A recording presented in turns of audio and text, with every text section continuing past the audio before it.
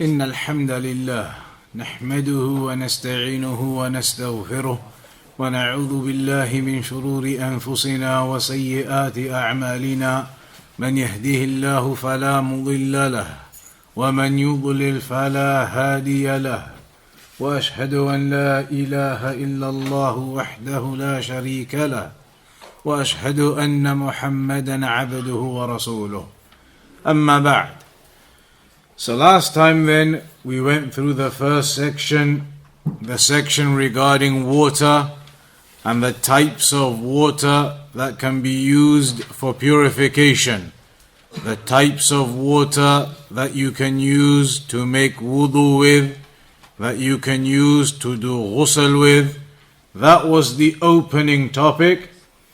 The next topic here now then is Babul Aniyah, the chapter regarding the vessels. The vessels, meaning the items, the containers that you put the water into. Aniyah, meaning the vessels or the containers that you put the water into. Why is this chapter relevant and why do we need to know about it? Because you need the air. You need it. So you remember the type of order that they go through in the books of fiqh. So they don't begin with the prayer straight away, because prior to the prayer you need to first make wudu. But to make wudu you need water, and the water you're going to put it into some type of vessel or container. Typically, if it's of course the ocean or the lake, that's another thing, but normally in your homes, in other places, the water is going to be stored in something or another. So now in this chapter he's going to explain, are there certain types of rulings for these containers that you put the water into? Do there have to be certain types of containers, or certain other types not allowed? The rulings regarding the vessels and containers that you put the water into. So we still haven't even got to actually making wudu. Still introductions. The types of water, the types of container to put the water in. So that is where we are today. Anybody want to read?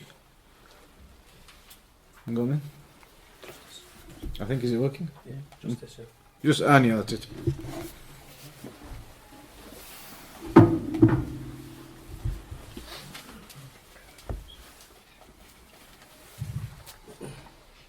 باب أحكام الآنية وجميع العواني مباحة إلا آنية الذهب والفضة وما فيه شيء منهما إلا اليسير من الفضة للحاجة لقوله صلى الله عليه وسلم لا تشربوا في آنية الذهب والفضة ولا تأكلوا في صحافها فإنها لهم في الدنيا ولكم في الآخرة متفق عليه. So he says, Babul Aniyati. Al-Aniyah in the Arabic language is the plural of the word ina. Ina'un is the singular, Aniyah is the plural, and it is in reference to the vessels and the containers. So he says, Jami'ul awani mubaha. All vessels and containers are by default in origin mubah. You can use them by default. Any type of container, any type of vessel that you're going to put the water into, the default is containers and vessels, whatever they might be made of. Generally the default is they are all permissible. Then he's going to explain the exceptions of certain types that are not permissible. So by default you can say al-awani mubaha. Containers and vessels are permissible. Use whichever type you want to use to put the water in generally. But then he says illa, except aniyat al-dhahabi wal-fidda, except the containers, the vessels, the cups, the plates that are made out of gold and silver. Except the ones that are made from gold or silver.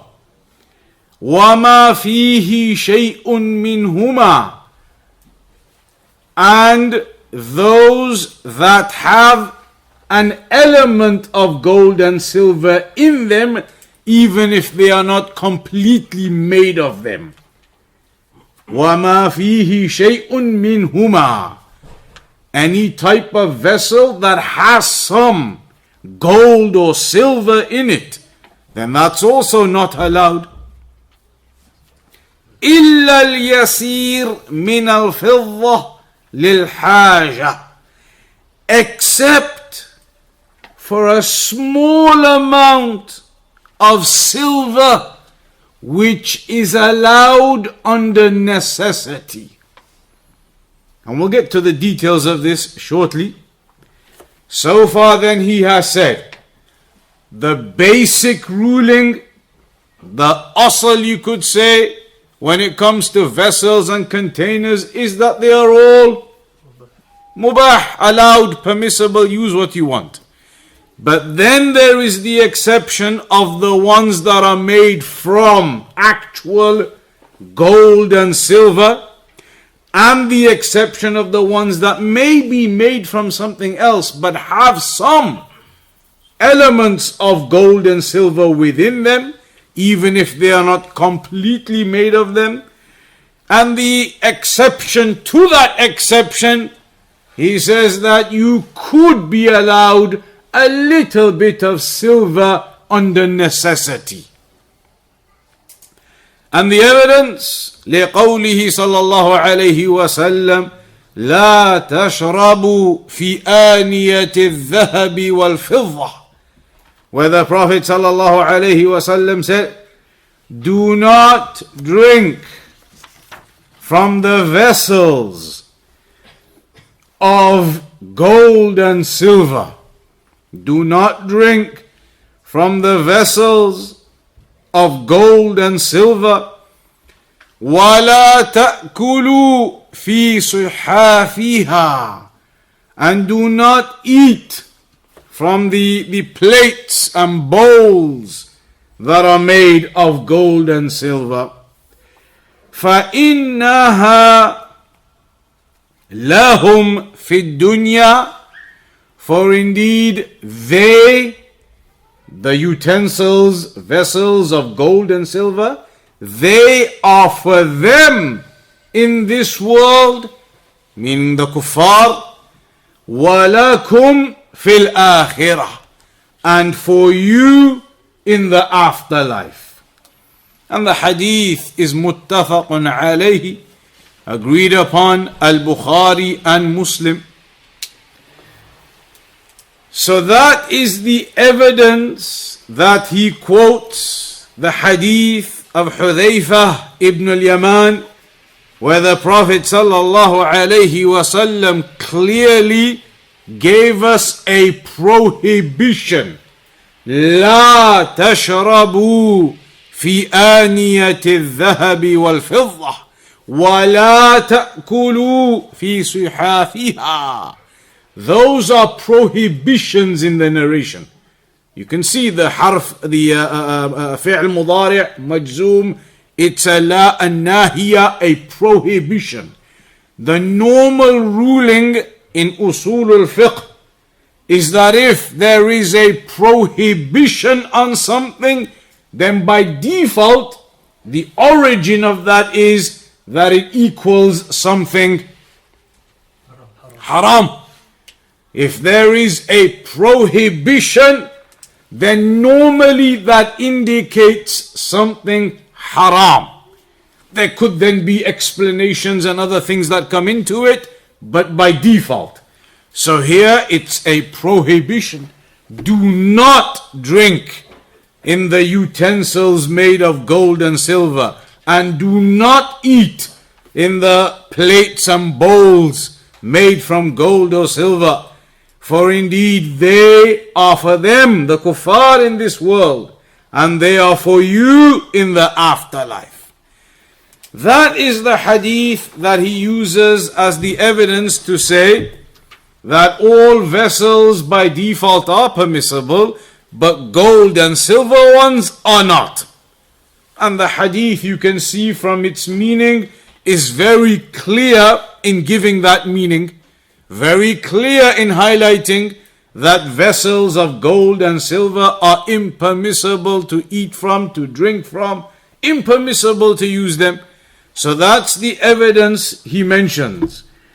In regards to this evidence, when it says in the hadith that the utensils of gold and silver are for them, the kuffar in this world, and they will be for you in the afterlife, does that mean that utensils of gold and silver are permissible for the kuffar in this world? It says they are for them in this world and for you in the afterlife. Does it mean therefore that the utensils of gold and silver are permissible for the kuffar in this world? It does not mean that. So what does it mean? What does it mean then? They are for them in this world and for you in the afterlife. Because the kuffar, the sinners, so basically they're not submitting to the Sharia of Allah. Basically, the hadith is narrating to us a fact. It is just narrating a fact. Is it not a fact that the kuffar, they use gold and silver in their utensils? They use it, they do it. They do not follow the laws of the religion. They do not submit to the religion. They do as they please, and they factually use gold and silver in their utensils. So the hadith, when it is telling us that they are for them in this world, meaning they in this world, factually speaking, they use them. Not that it's permissible for them. It is upon them to submit to the Sharia, but they do not. And they are upon their kufr and shirk, and they use their utensils of gold and silver. So this is telling us a fact of the world. The kuffar use them now. They are using them. And it is telling us that you, the believers, will have these utensils for you, for your usage in the afterlife in paradise. فَإِنَّهَا لَهُمْ فِي الدُّنْيَا. As Shaykh al-Fawzan says, يَسْتَعْمِلُونَهَا وَلَا يُبَالُونَ. That the kuffar, they use the utensils of gold and silver, plates and cups and whatever, and they do not care. وَلَكُمْ, and they will be for you in the afterlife, which therefore means also the opposite for the kuffar, that in the afterlife they will not be given any access. They will not be given any such thing as utensils of gold or silver. When they are in their punishment, they will not be given any gold or silver utensils. So it reverses. In this world, the believers, they are obedient to Allah. They submit to the rulings. And so they abstain from using the utensils of gold and silver in obedience to Allah. The kuffar, they do not know obedience to Allah. They do not care. They use them in this world. So in this world they have them, and the believers do not. But in the afterlife they will not have them, but the believers will be given them. So it is a reverse that occurs, and that's what it means here, that they are for them. فَإِنَّهَا لَهُمْ فِي الدُّنْيَا وَلَكُمْ فِي الْآخِرَةِ. For them in this world and for you in the afterlife. And there are some ayat in the Qur'an that mention this. يُطَافُ عَلَيْهِمْ بِصِحَافٍ مِّن ذَهَبٍ وَأَكْوَابٍ وَفِيهَا مَا تَشْتَهِيهِ الْأَنفُسُ وَتَلَذُّ الْأَعْيُنُ. Az-Zukhruf 71. In Az-Zukhruf 71, that they will come upon them, circle around them with plates of gold and cups, and within them will be what the souls desire and what the eyes find desirable. So they will be given, they will have what they desire in the plates or the vessels of gold in the paradise, as it's mentioned there. And in the other ayah, in Al-Insan, it mentions وَيُطَافُ عَلَيْهِمْ بِآنِيَةٍ مِّن فِضَّةٍ وَأَكْوَابٍ كَانَتْ قَوَارِيرَةٍ, that they will come upon them with vessels of silver. So gold and silver mentioned for the inhabitants of paradise. فكما أنهم أيضا يحلون في الجنة أساور من فضة. Also in paradise they will be given bracelets of silver. فالمؤمنون في الجنة يأكلون ويشربون في صحاف الذهب وأواني وكؤوس الذهب والفضة. So the believers in paradise, they will eat and drink from plates and utensils and vessels and cups of gold and silver. لأن الله أباحها لهم في الآخرة. Because Allah has made those utensils of gold and silver permissible for the believers in the afterlife. There is also a narration that mentions the punishment of the ones who use the vessels of silver. الذي يشرب في إناء الفضة إنما يجرجر في بطنه نار جهنم. متفق عليه. That the one who drinks from a vessel of silver. And remember, when we're talking about gold and silver, we're not talking about the color. We're talking about the actual elements. Gold, the precious element of gold and silver, the actual materials, not the color. Not if you have a cup made out of metal, but it's sprayed in a silver color so it looks like it's made out of silver, or sprayed in some gold paint and it looks like it's made out of gold. That's not what we're talking about.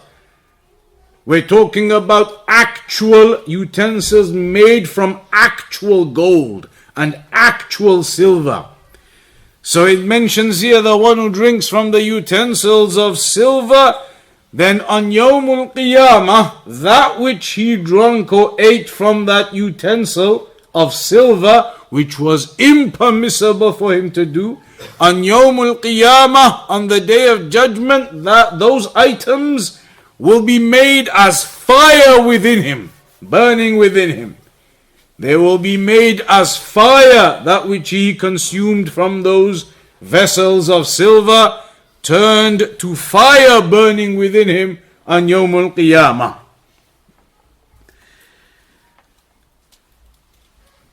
الشيخ الفوزان mentions كذلك هذا الذي يشرب في إناء الفضة يتحول هذا الشراب نارا يوم القيامة.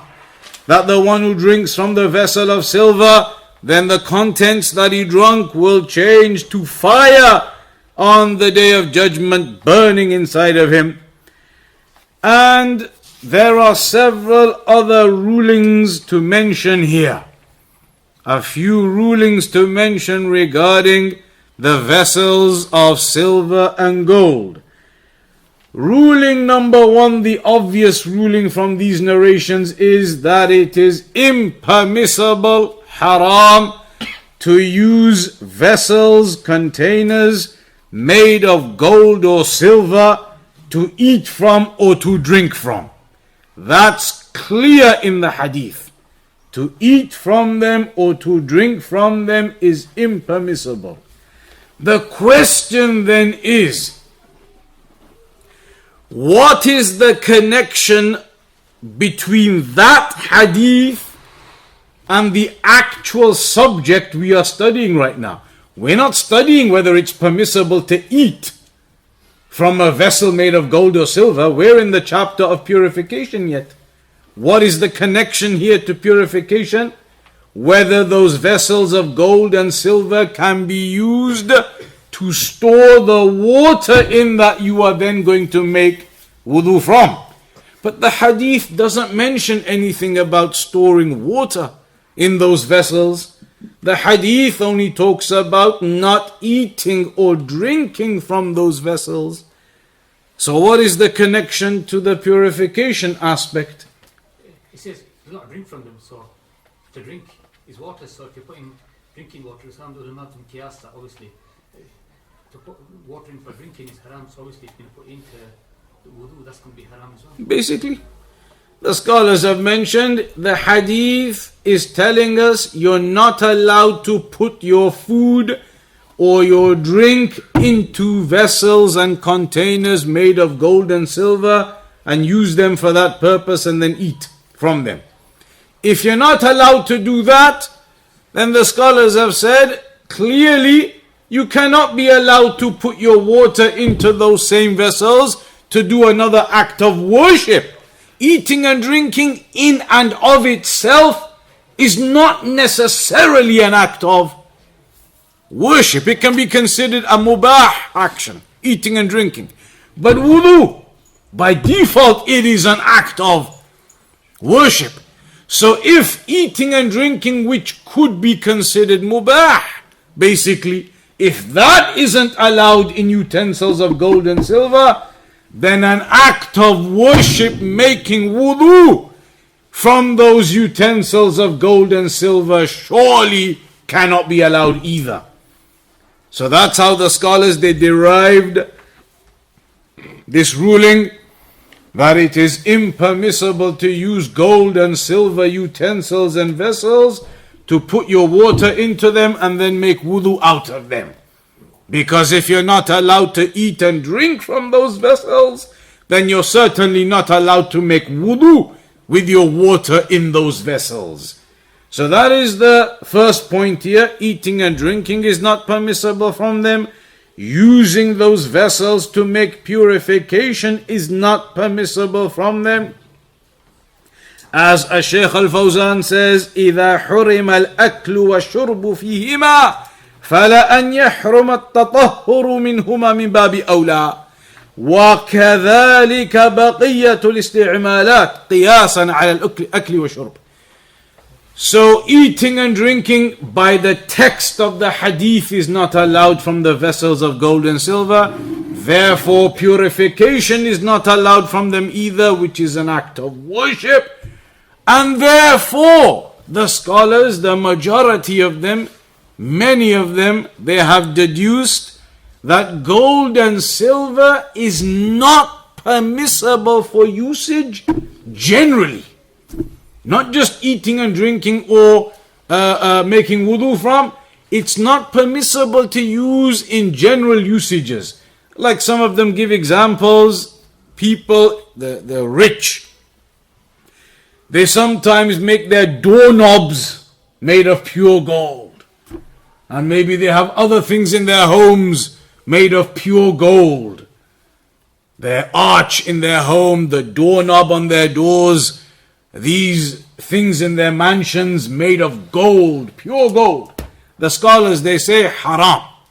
Haram for you to have your doorknobs made of gold. Haram for you to have decorations and other aspects in your home made of pure gold. Impermissible and haram, they say, many of them, as Sheikh bin Baz and others from the modern day scholars and the fuqaha from the times of old. And they do it based upon this narration, that gold and silver, they have a usage that is known and established, and that is the usage of, as a monetary usage, as wealth, as money. Gold and silver has always been used throughout history in the various cultures and nations as a monetary thing. Gold, to this day, gold is used as a benchmark, and the price of gold, it's known for that, established for that. How do we know it's known and established for that purpose? Because later on when we get to the chapter of zakat, it's going to talk about gold and silver and the zakat on them. So it's established for that usage. But beyond that usage, generally speaking, forget about the small exceptions. There are some small exceptions, like the companion who in battle his nose was lost and they fixed up a bit of his nose with some gold. There may be some examples of that type of thing, but they are small examples. The general ruling, Shaykh bin Baz, Shaykh al-Fawzan, from the scholars of today and the fuqaha of old, the general ruling most of them have said is, you should not use gold for decoration in your homes. You should not even have gold artifacts or antiques, or sometimes people have a cabinet in their homes, a glass cabinet with all of the crockery and the display inside of the cabinet with the cups and the saucers and the display that people make in their homes. And some of those items may be gold saucers or gold cups or gold something, just decoration piece. We say we don't touch it, we don't use it, it's just part of the decoration in the cabinet. Shaykh bin Baz said no. He said no, gold like that just as a decoration piece in your home, no.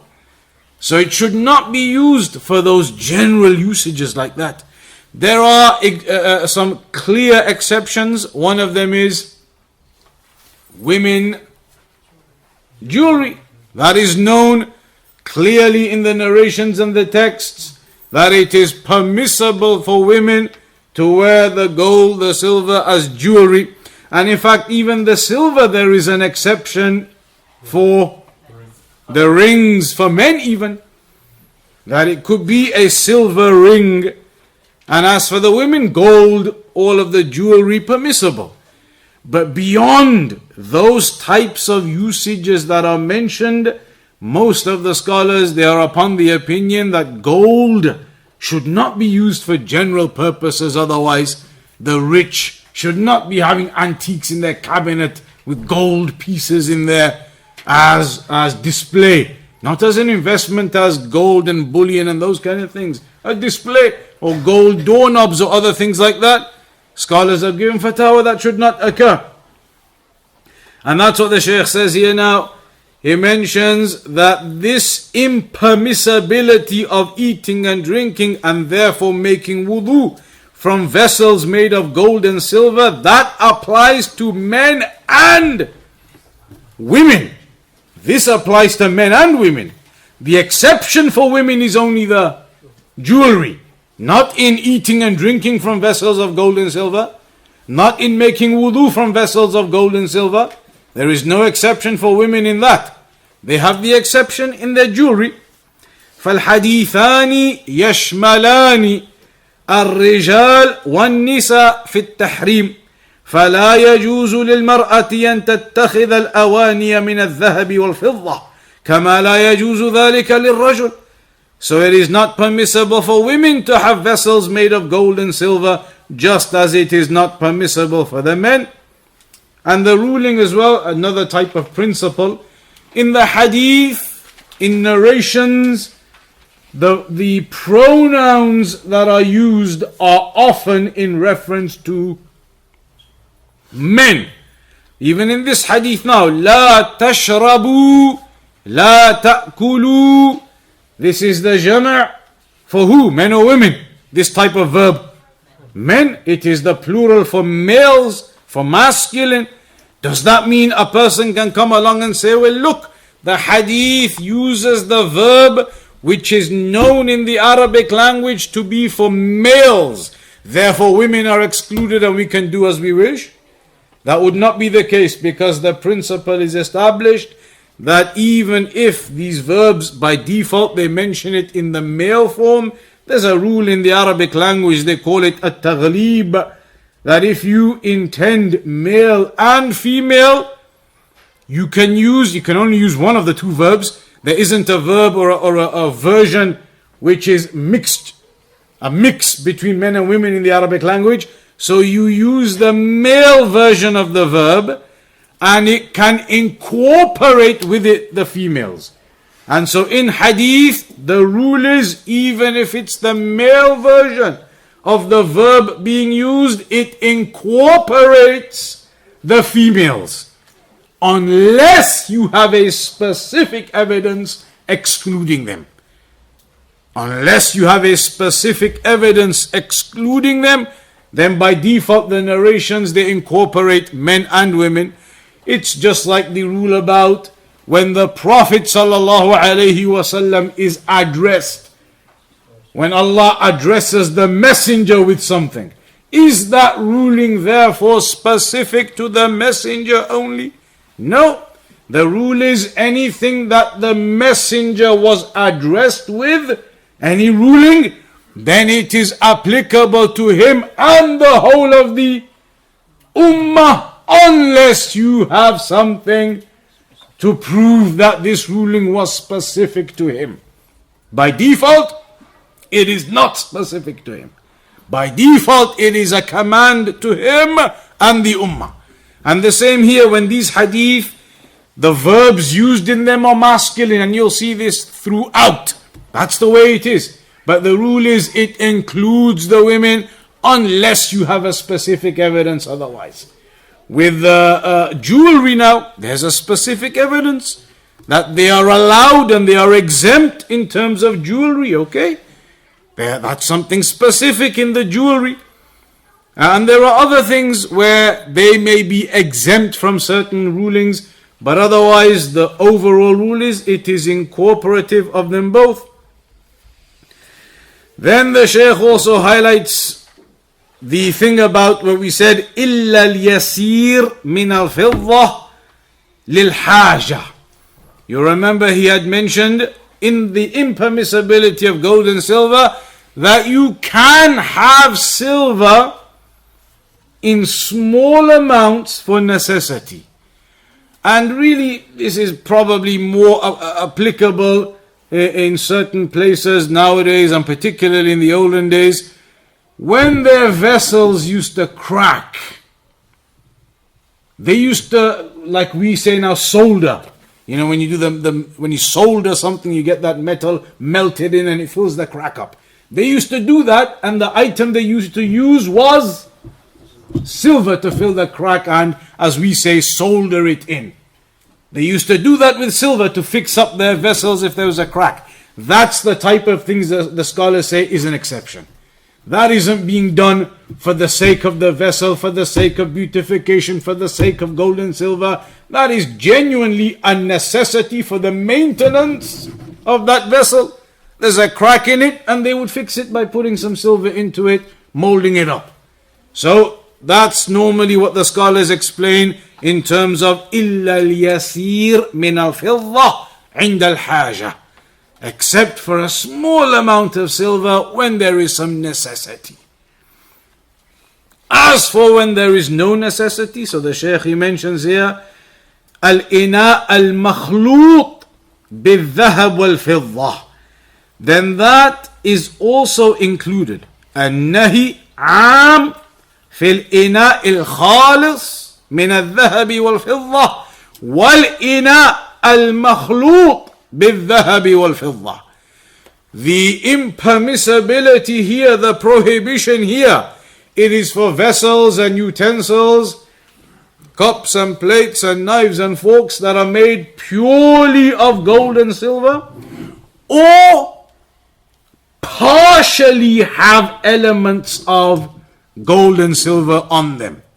So sometimes you may have a particular cup, a plate, a bowl, which is made of some other material, copper, metal, whatever the material is, it's not gold or silver, made of something else. But then they gold plate it. So the outside of that vessel is layered with a layer of actual gold, not spray paint color gold. That's permissible, that's not gold. actual gold, they layer the outside of a particular vessel, cup, plate, bowl, whatever it is, with a layer of actual gold on the surface all the way around. But inside, the actual core of the item isn't made of gold. Is that impermissible or not? Impermissible. Impermissible. Another example the Shaykh gives is, again, normally with certain types of large cups and things, and you see them especially in like medieval times when you see the big chalices that they used to drink in. So those kinds of big cups, they may be made from some other material, metal, whatever it is, but then they have portions stuck in them, gold pieces for decoration. So it could be like, if you imagine like in those medieval types of big cups that they used to drink in, the kings, made of gold, made of metal or whatever it is. But then there's diamonds all around it and rubies and other things around that cup, and there are chunks of gold and silver stuck into it all around. Chunks of gold and silver here all the way around, making a row here, making a couple of rows there. Impermissible again.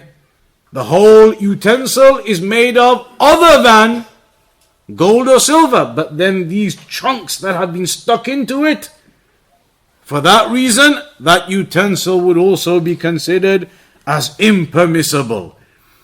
So the scholars have mentioned this. Shaykh al-Fawzan, he's mentioned it here as well in his explanation. إذن كل ما فيه شيء من الذهب والفضة من الأواني فهو حرام. He says, therefore, anything, any type of vessel, utensil that has any element of gold and silver in it, partially or completely, then it is considered impermissible.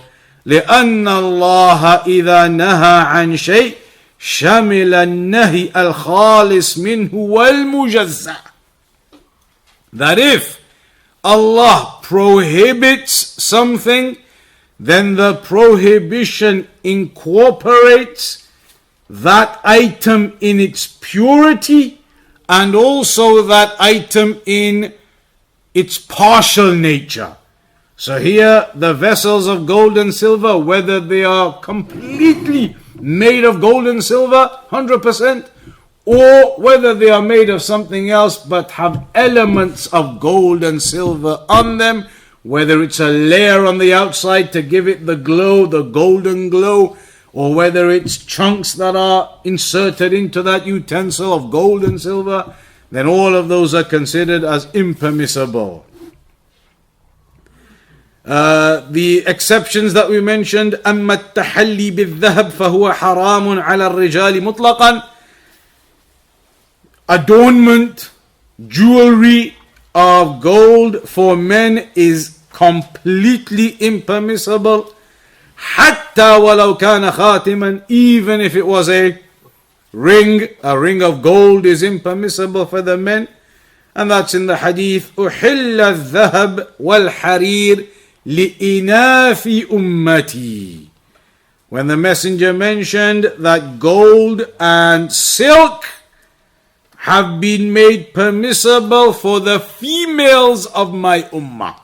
وحرم على ذكورها, and they have been made haram upon the men of the ummah.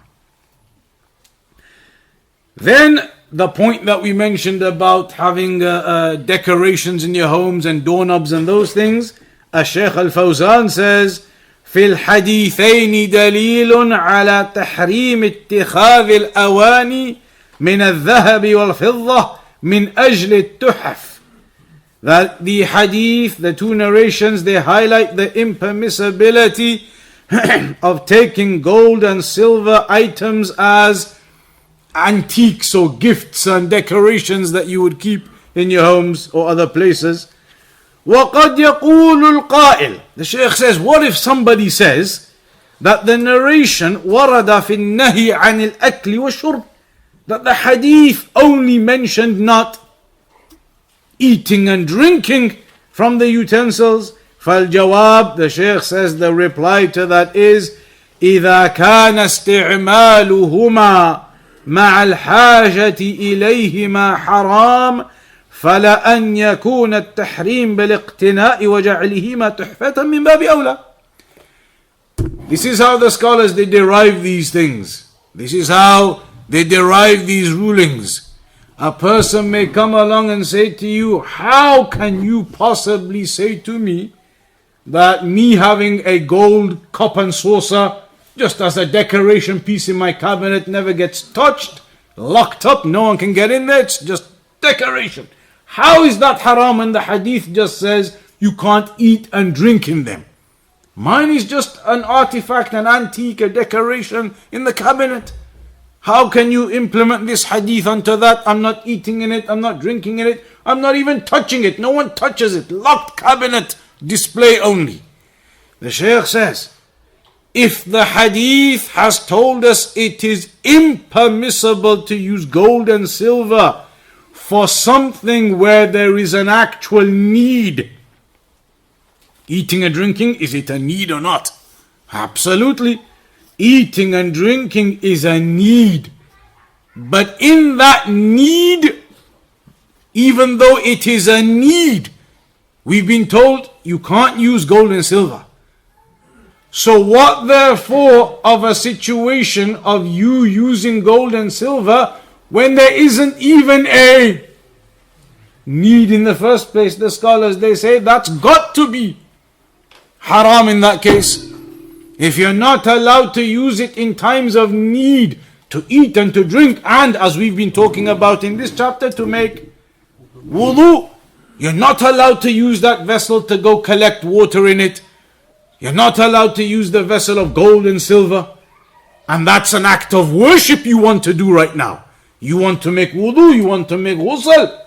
There's a need to do an act of worship, and yet you're not allowed to use the vessel of gold and silver. So what therefore of using gold and silver for something where you have no need? A golden doorknob, no need whatsoever. Any other material you can find the doorknobs, B&Q, a whole aisle full of them. The gifts that you put into your cabinet, no need for them whatsoever. The scholars do discuss one more thing though. They say, what is the reason? Why have gold and silver utensils been made impermissible for us to eat and to drink from? Why? Extravagance, possibly. Because it's something that the Prophet is for them in the dunya and for you in the akhirah, so it's made something valuable, so maybe you'll strive for it in the akhirah. Possibly. Huh? But even the women are not allowed to eat and drink from the utensils, so you would not be imitating them in that action. The waste of money. Waste of your money. Waste of money, extravagance. There's 3 overall conclusions that the scholars they came to in regards to why it's impermissible. Remember, with the acts of worship, all of the acts of worship we do we have a reasoning that we comprehend for every act of worship we do? Can we always work out why Allah commanded us with this or that? No, because sometimes some acts of worship are known as ibadat mahdah. Ibadat mahdah are worships that Allah has obligated upon us purely as an act of worship to test our subservience. There is no other reason we can think of why Allah obligated it like this or why like that. We don't necessarily know why. Why like this? Why is this worship like that? Why did Allah obligate this worship in this way? We don't always have the answer. So some of the worships, the scholars they say, they are ibadat mahdah. It is an act of worship purely because it is an act of worship. No other reason we can really work out. And in fact, we're going to get to it soon, even wudu What is the reasoning behind wudu?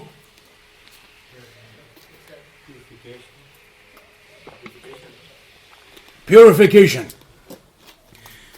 So now, 1 second, let's just do this. We'll come to the question in a second then. So, if a person now goes and has a shower or a bath for an hour, sits in the bath for an hour. Everybody's laughing because they know what the bills are like these days. So sitting in the bath for an hour, shower on for an hour, completely full bar of soap, brand new one. By the time he's finished, it's gone. When he comes out of that shower or bath, is he pure or not? In terms of physically his body, even a kafir, if he did that, full bar of soap, an hour in the bath or the shower, then he comes out after scrubbing and scrubbing, physically is he pure or not? Pure. So now a Muslim then, imagine a Muslim does that, physically full bar of soap gone, 100 pounds on the gas bill gone, comes out of that bath, physically he is pure. But then he remembers he's just getting out of the bath then after 1 hour, and he remembers it's prayer time coming up. Whilst he was in that 1 hour bath with that full bar of soap, he didn't actually make wudu. He had his full bath, sat there showering soap, but he didn't actually make the wudu. He didn't do it. So now for him to be able to pray, he has to do what? Stood at the sink now, just got out of the bath, he has to make wudu. But he's already 100% physically pure. So what's the reason for the wudu now? You said purification, everybody was saying purification. What's he going to purify? Mouth and nose. He was in there, he swallowed half of the soap. It says Ali radiallahu anhu said this, so some things in the deen you can't comprehend, like the masam. So that's it. The scholars, they say even the wudu, technically speaking, yes, of course there is an element of purification in it. Of course, you're going to wash those body parts, etc. But technically speaking, it could be argued that even the wudu is an ibadah mahdha. That it's a worship for the sake of a worship. That you could be physically 100% pure. And yet in that scenario there, he walks out of the bath, he's going to have to wash those body parts again.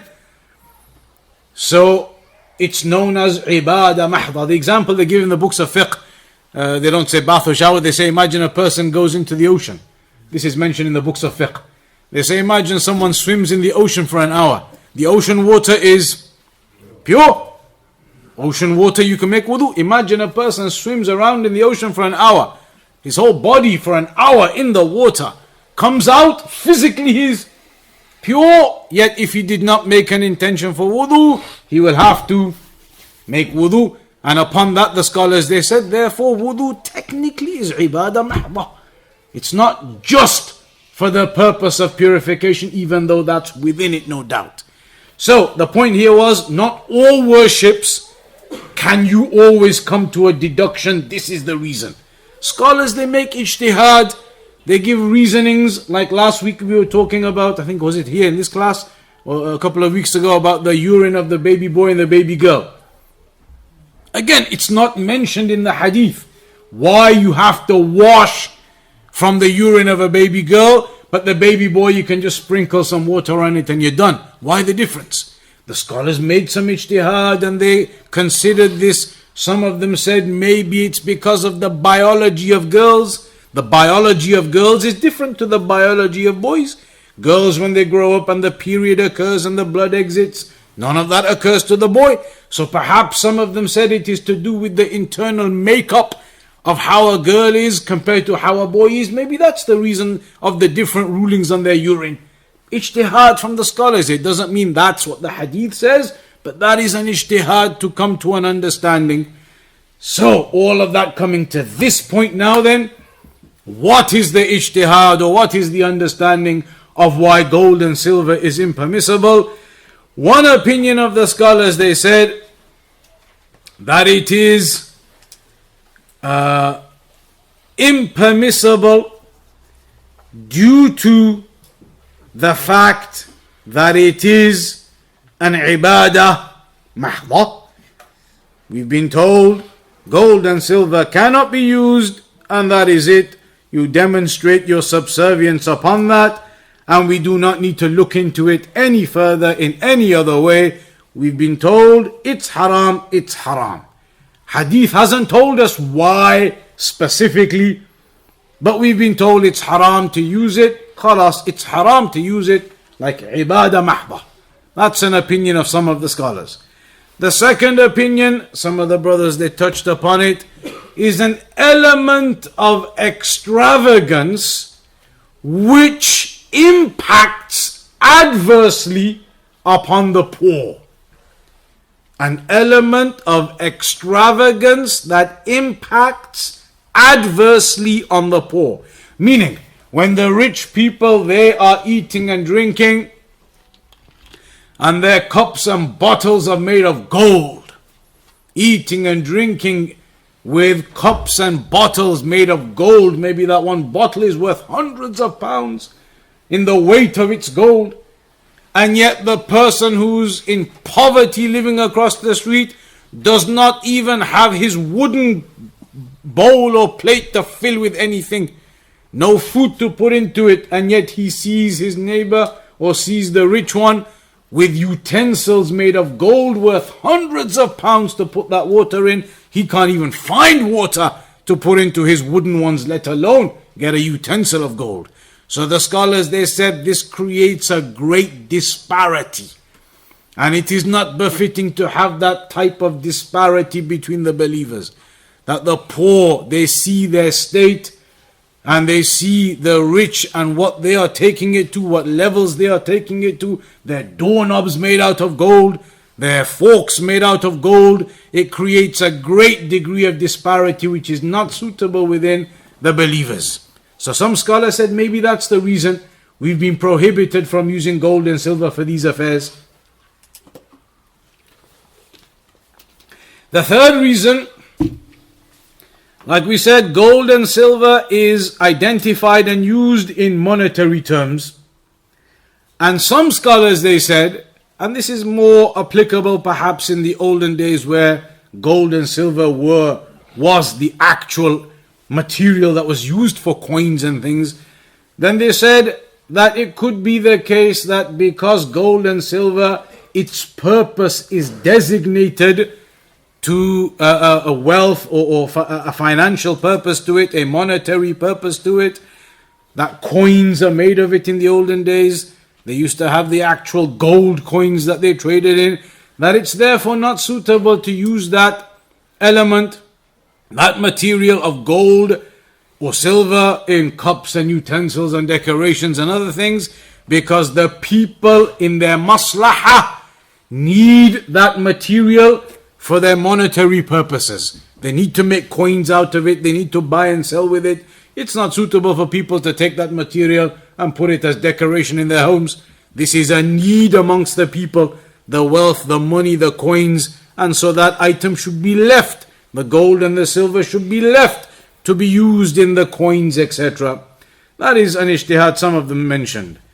Ibn al-Qayyim rahimahullah ta'ala said that the reasoning, wallahu a'lam, and take an example even from that. Take an example from what Ibn al-Qayyim mentioned in even the way that the scholars they speak when they give an opinion about something. They give their reasoning for something, how often you will hear them begin with or end with Allahu A'lam. Ibn al-Qayyim here is now going to explain something, and Allahu A'lam. That Allah knows best. Allah knows best. He's going to give what he thinks is the case, what he understands to be the case, and then Allahu A'lam, the knowledge is with Allah, Allah knows best. And that is different to what you see from some of the people now, the YouTube celebrities and everyone. They come along now and they give an answer like there cannot possibly be any other answer in the face of the earth. This is the fatwa, what I'm telling you now. That's the way they speak, with a type of etiquette which is not from the etiquette of the scholars. And you see it from them. Some of these people who claim to be scholars on YouTube and going out here and there and debating and whatever else. And it's as though when they sit there to give they have their fatwa channels, fatawa shar'iyya, fatawa this, fatawa that, and they sit there pre-prepared questions with answers they've taken directly from Sheikh bin Baz and Sheikh al-Uthaymeen, but they won't quote and say Sheikh bin Baz said this, Sheikh al-Uthaymeen said this. When they sit there on their channel and the question, they give the answer as though they have got the answer and they've derived the answer, and the answer to this is XYZ and the hadith is and the ayah is, and they're just narrating exactly the fatwa of Sheikh bin Baz, but it's them giving the answer. There's an etiquette, and this is an etiquette you will see from the scholars all the time. Allahu A'lam. So Ibn al-Qayyim here says that the reasoning, Allahu A'lam, is munafat al-ubudiyya lillahi azza wa jal. فإن الله حرم الأكل والشرب في أواني الذهب والفضة فالكفار لم يلتزموا بتحريم الله وكذلك الذي يشرب من المسلمين في آنية الذهب والفضة لم يلتزم بذلك معناه أنه أخل بعبودية الله أو بعبوديته لله فالقضية قضية عبودية. Ibn al-Qayyim, he says that the reality of this ruling is that it is closer to the meaning of ibadah mahda, that it is an exemplification of your ubudiyah, your servitude, your worship, your humility before Allah. That Allah made this a prohibition. Yet the kuffar did not care and they used them as the hadith affirms. And perhaps some of the Muslims did not implement this and they fell into that prohibition and they continued using it.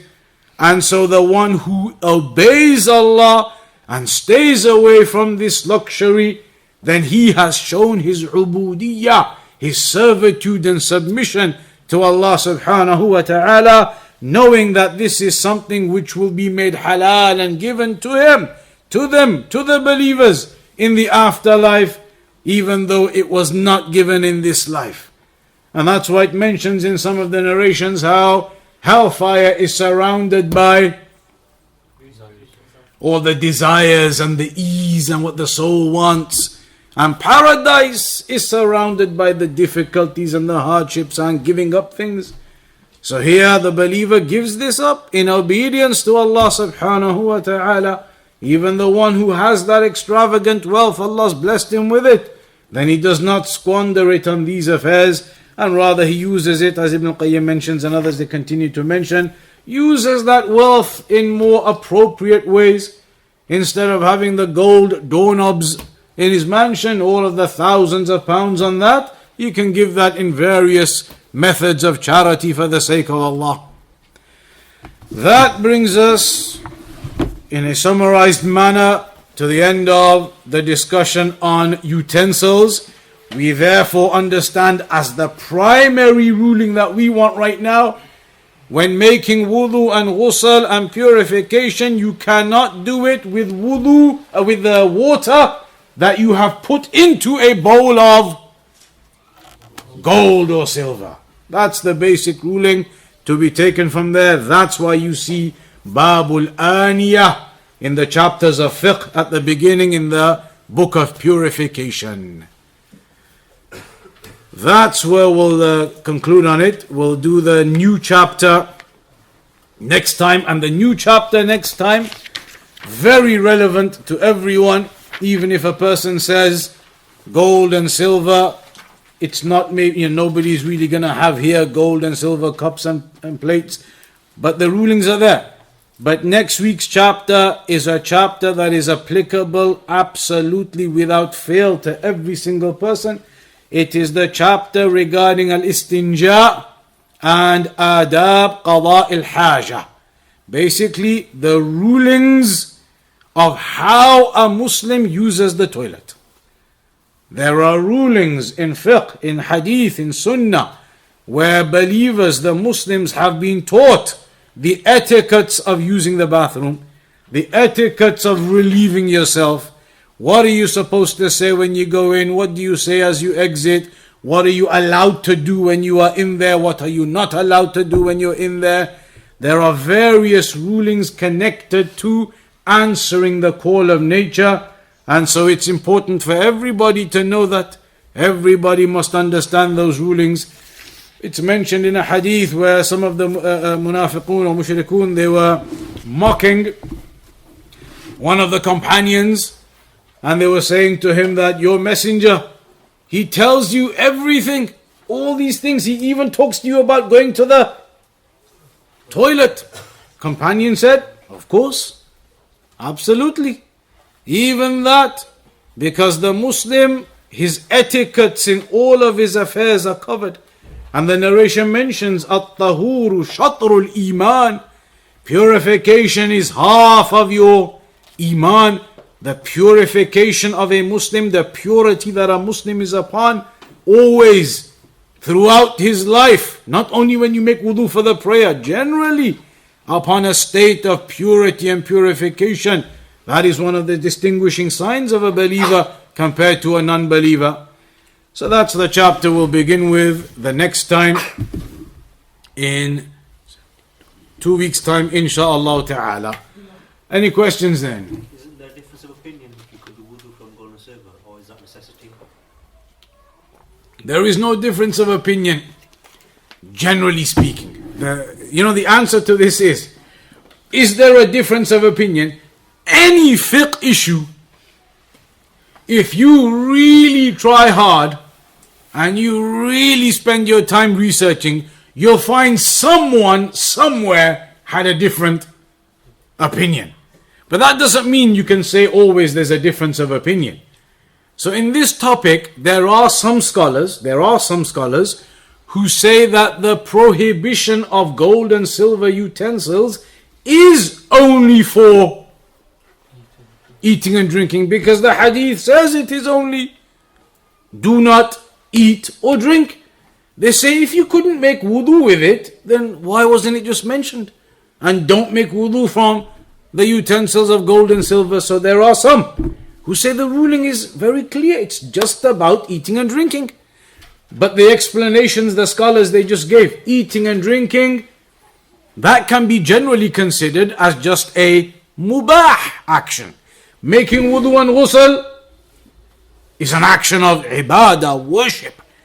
And if you're not even allowed to do a mubah action in those vessels, then certainly how can you be allowed to do an actual obligation and worship in those vessels?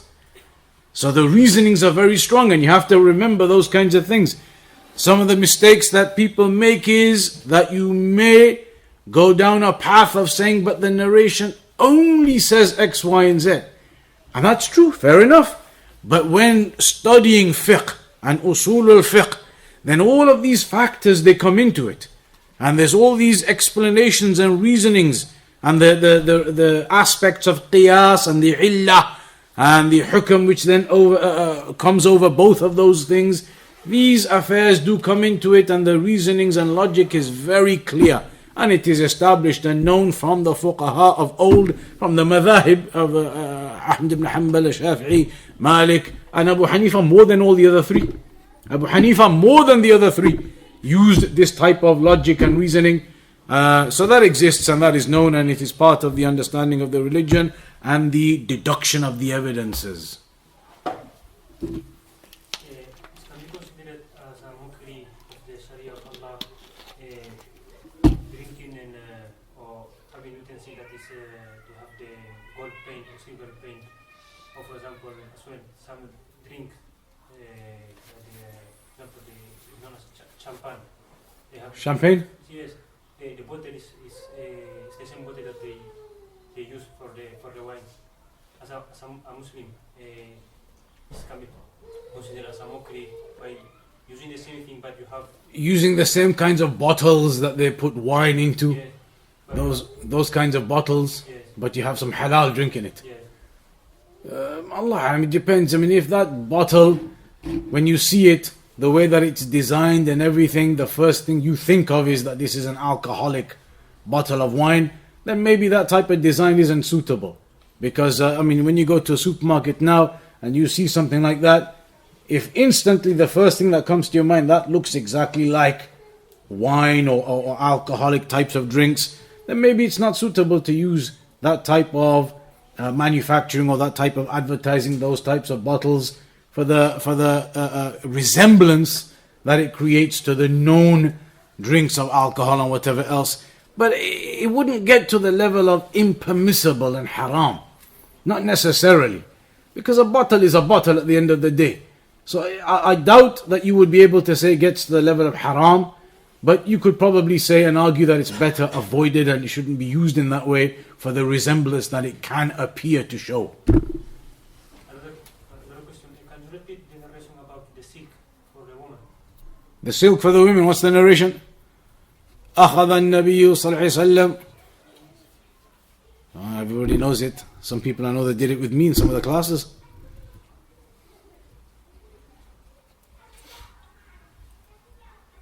أخذ النبي صلى الله عليه وسلم الذهب فجعله في يمينه وأخذ الحرير وجعله في شماله وقال إن هذين حرام على ذكور أمتي. The messenger took some gold and he put it in one hand and silk, put it into the other hand, and he said these two are haram upon the males of my ummah. The version here was the shorter version, but that's the hadith overall. If someone ended up making wudu in a god or utensil, what's the ruling on his prayer? So if somebody ended up making wudu in a utensil that is of gold and silver, is the wudu valid, and can he then pray? So it depends firstly on whether the person did it intentionally or not. If somebody didn't realize, then in that case certainly you would say he's okay. Didn't even know, didn't even recognize that this was made out of gold or silver, just thought it was another normal kind of whatever and made his wudu and went. That's no issue. But a person who knows, but even a person who knows, you may argue in the longer explanations of things, was there a necessity or not? Maybe there was some necessity. You could think of some example where the only way he could collect some water to make wudu was in this gold or silver utensil. So then the ruling would be different. If in that hypothetical scenario it was the only way he could gather some water from somewhere to be able to make wudu from. Rainwater, you wouldn't be able to say that example. Rainwater, you could literally make it as it rains. But maybe you could think of some example. They'll mention it in the books of fiqh. There's a stream 2 meters below him. There's no other way for him to get down. He has this one gold bottle. He can reach down and get some water. Examples of necessity that they might bring up. But then the other scenario, a person just uses it when he has no necessity. That's really where the issue comes up. No necessity, but he just does it anyway. So then you just have the two parts to the ruling. You have to work out, are the fuqaha going to say al-jiha munfakka or not? Meaning, is the ruling of the gold and the silver utensil directly connected and impacts on the validity of the wudu, or is that ruling of not using the gold and silver utensil an independent ruling, meaning that if you do it, you end up being a sinner, but that your wudu is a separate act of worship? The water, has it become haram, the water? The water is still okay. The water hasn't become haram or impure. So you've used the water and you've made wudu. You've made wudu. Some scholars will say you've done your act of worship of making wudu.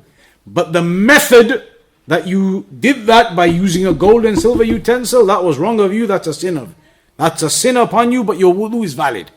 It's like the example they give in the books of fiqh. They say, what if a person steals a thobe? One of the conditions of the prayer, you have to cover your awrah. If a person goes and steals a thobe, so now it's prayer time, he wears that stolen thobe. and covers his awrah, condition of the prayer has been fulfilled. But it's been fulfilled with a garment that he stole. So now when he prays, is his prayer valid or not? Some say it's not. Some say it's not, because they say he covered his awrah with something which was impermissible in the first place. Therefore that covering of the awrah there is not really valid. But others, they say it's jiha munfakka, as they call it, meaning that him stealing the thobe, that's an independent action which he is sinful for. But then him praying, did he or did he not, regardless of where the thobe came from, did he or did he not cover his awrah? Covered it. So they say, okay, his prayer is valid. He covered his awrah, it's valid.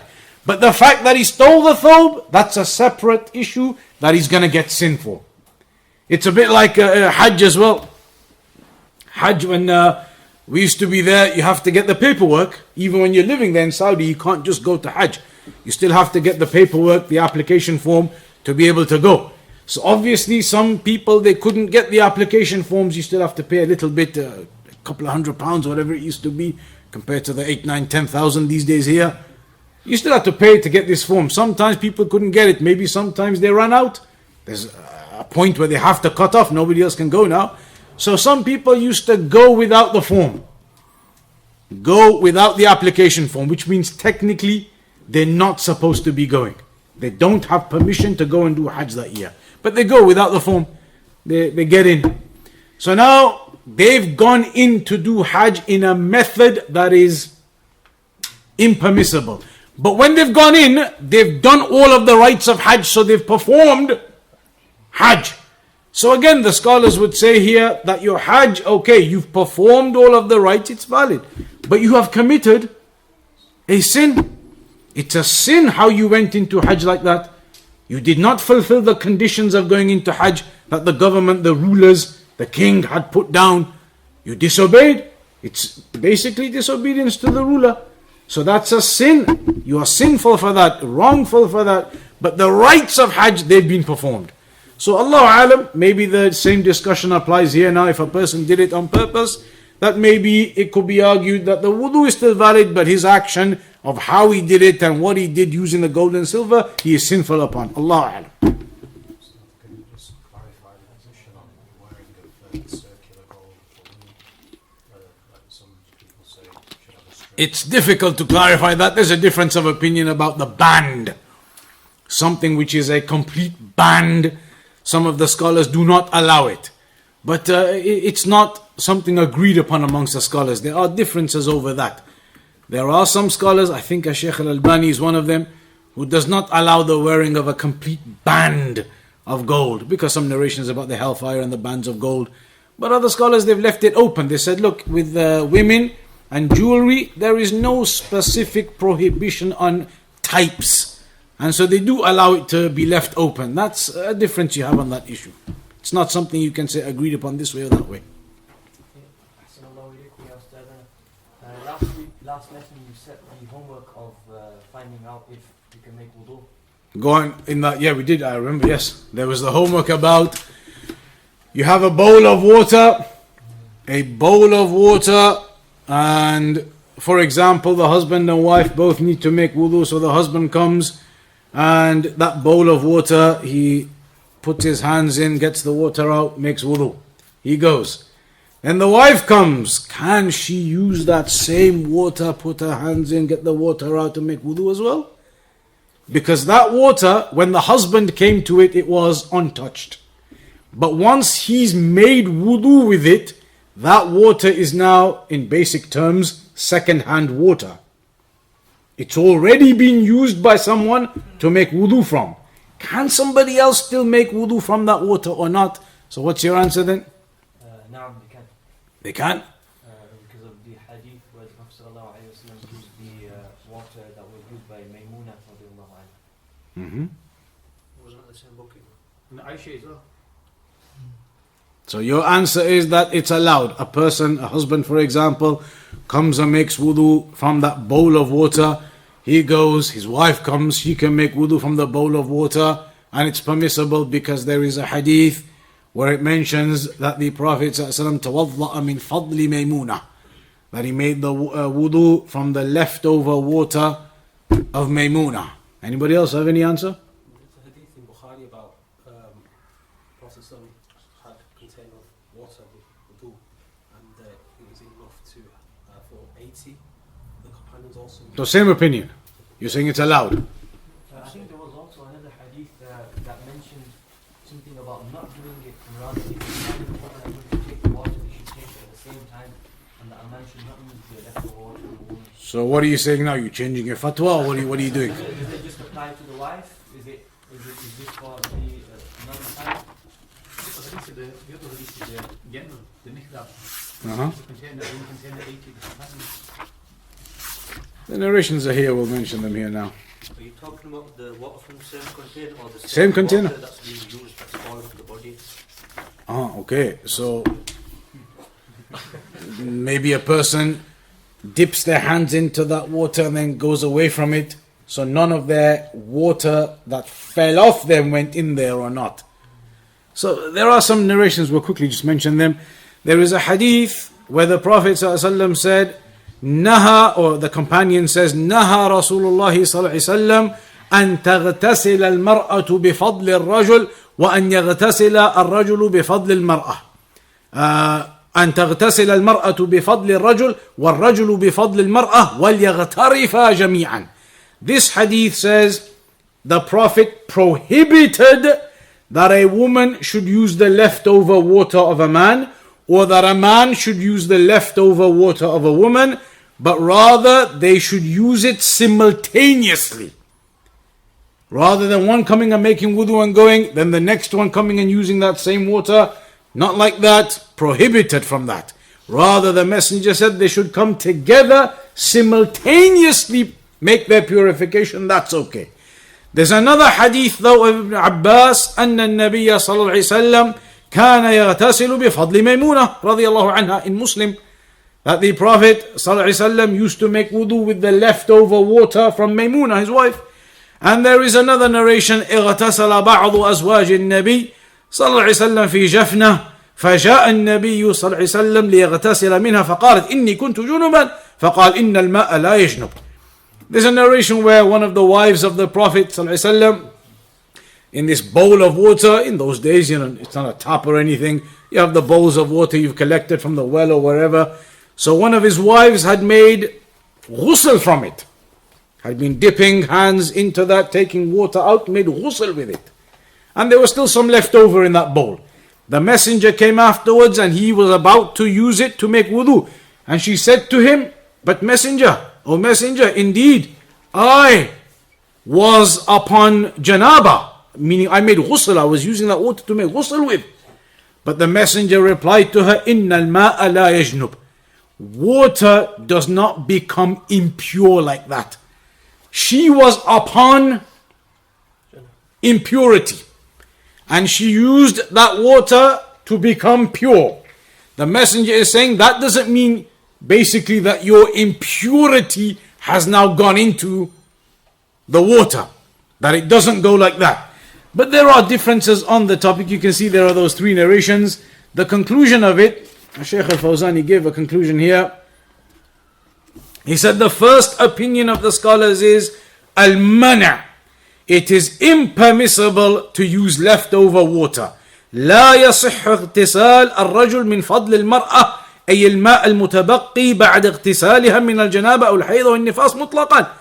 That if a person, a woman, comes and uses that water to purify herself from janaba or period or anything of that nature, it is impermissible for the man to come and use that water afterwards. The second opinion, لا يجوز للرجل أن يغتسل من فضل المرأة إذا خلت به. This is an opinion which you have to go into the books of fiqh to get more details, but they mention an opinion based upon some narrations and evidences that it's not permissible for a man to use leftover water that a woman has used if she had used it in seclusion. The details of that, it's not for now, but that's an opinion.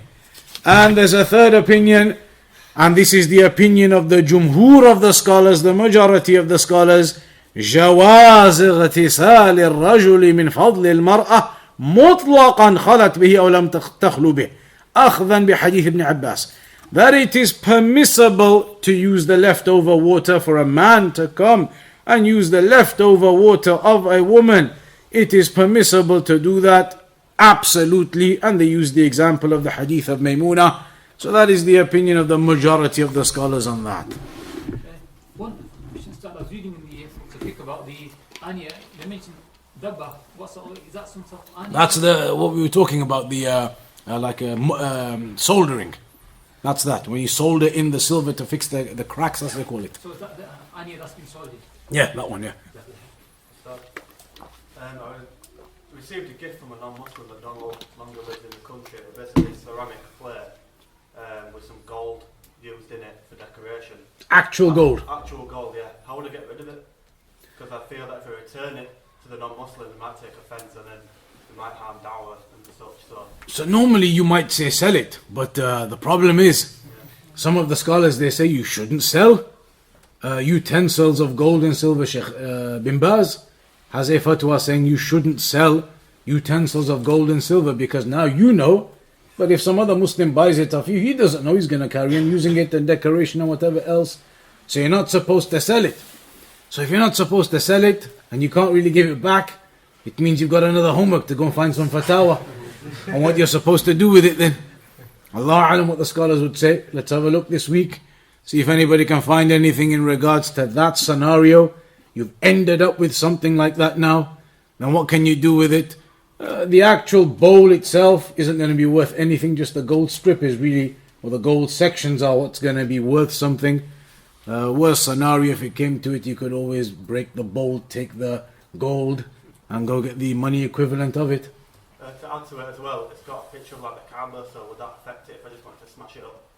No, that's okay, because if you destroy it, if it is destroyed and then you bury it or something, there's no problem with that.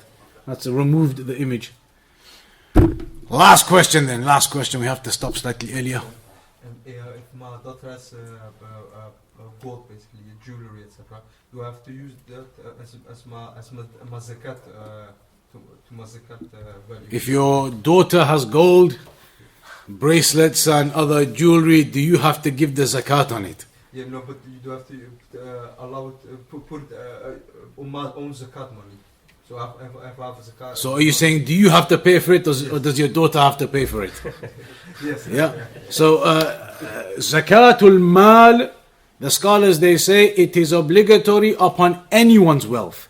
Normally, the rulings of worship apply to you once you reach the age of puberty.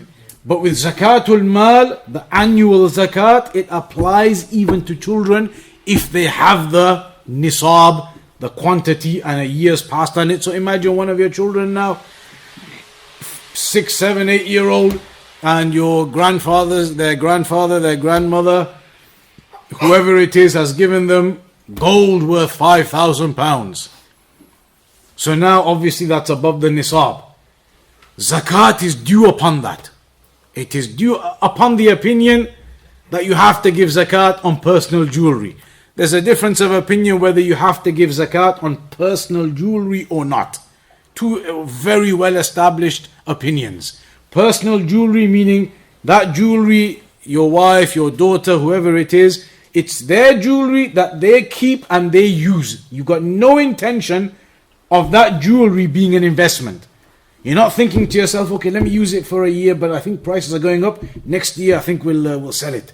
Now you've got an idea of it being a bit of an investment. Now zakat is definitely due. If it's an investment, that gold, then it's zakat. But if it's not, you're not getting rid of that gold, whatever happens. It's your gold. Your wife uses it, Eid, weddings, whatever it might be. She uses that gold. It's her personal gold. There's a difference of opinion to start with, whether you have to give zakat on personal gold or not.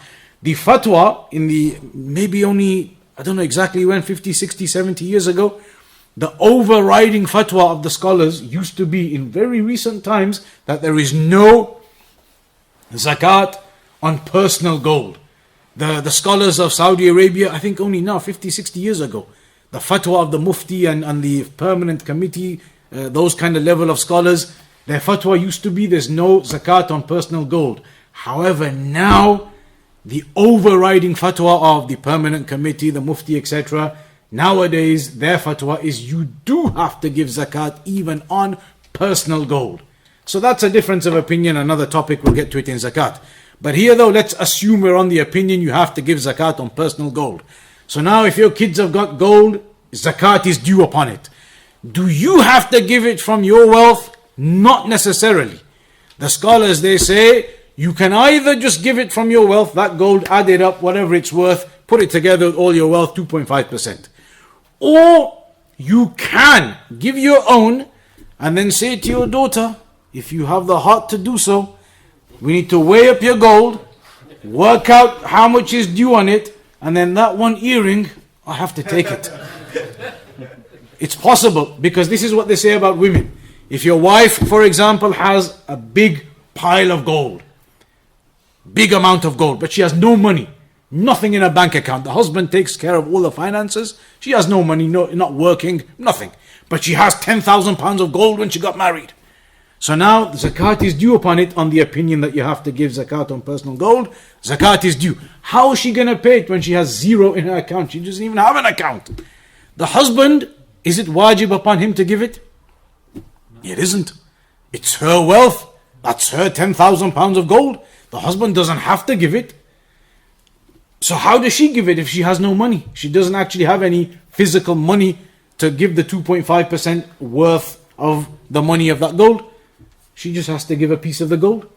Work out the 10,000 pounds worth of gold, the measurements, the grams, how many grams is equal to 2.5% of it, and she has to give that amount from the gold. Or if there isn't a piece small enough, all the pieces are too big, it's going to end up at 10%, 20%. She can sell one of those pieces and then the 2.5% of the value, give that in the money to the zakat. We'll have to conclude in there today. Inshallah ta'ala, we'll resume in 2 weeks' time with the next chapter regarding the etiquettes of using the bathroom. Inshallah. Wa sallallahu ala nabiyyina Muhammad.